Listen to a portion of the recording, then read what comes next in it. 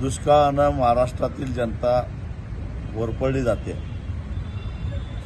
पाण्याची प्रचंड टंचाई निर्माण झालेली आहे। पाण्यासाठी महिलांना वनवन फिरावं लागतं, जनावरं चाऱ्यासाठी तडफडत आहेत। अशा परिस्थितीमध्ये शासनीय व्यवस्था ठप्प आहे। प्रशासन काही हालचाल करायला तयार नाही। आचारसंहितेचा बागोलवावा दाखवून निर्णय होत नाही।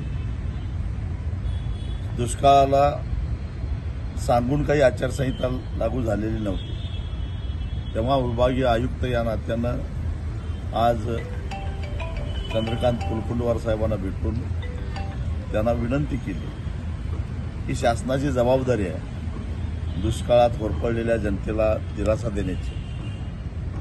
आज महावितरण कंपनी धडाधड विजेचे कनेक्शन तोडताना दिसत आहे। जिथं पाणी उपलब्ध आहे तिथं जनावरांना पिण्याच्या पाण्याची टंचाई जाणवते।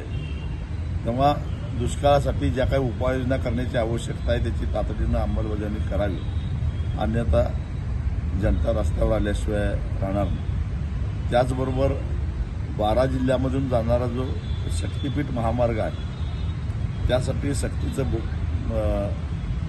जमीन अधिग्रहण असेल व त्याची मोजमाप असेल, सरळ हा शेतकऱ्यांच्यावर वरवंटा फिरवण्याचा प्रकार आहे आणि त्याला शेतकऱ्यांचा प्रचंड असा विरोध आहे।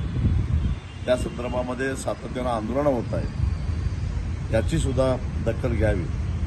आधीच सरकारनं भूमी अधिग्रहण कायद्यामध्ये दुरुस्ती करून शेतकऱ्यांचा विश्वासघात केलेला आहे। शेतकऱ्यांच्या जमिनी लुटण्याचं एक कायदेशीर कारस्थान केलेलं आहे। अशा परिस्थितीमध्ये धार्मिक कारण सांगून जर सरकार शेतकऱ्यांच्या जमिनी लुटू पाहत असेल तर ते आम्ही कदापि होऊन देणार नाही, असाही इशारा आज आयुक्तांना भेटून आम्ही दिला।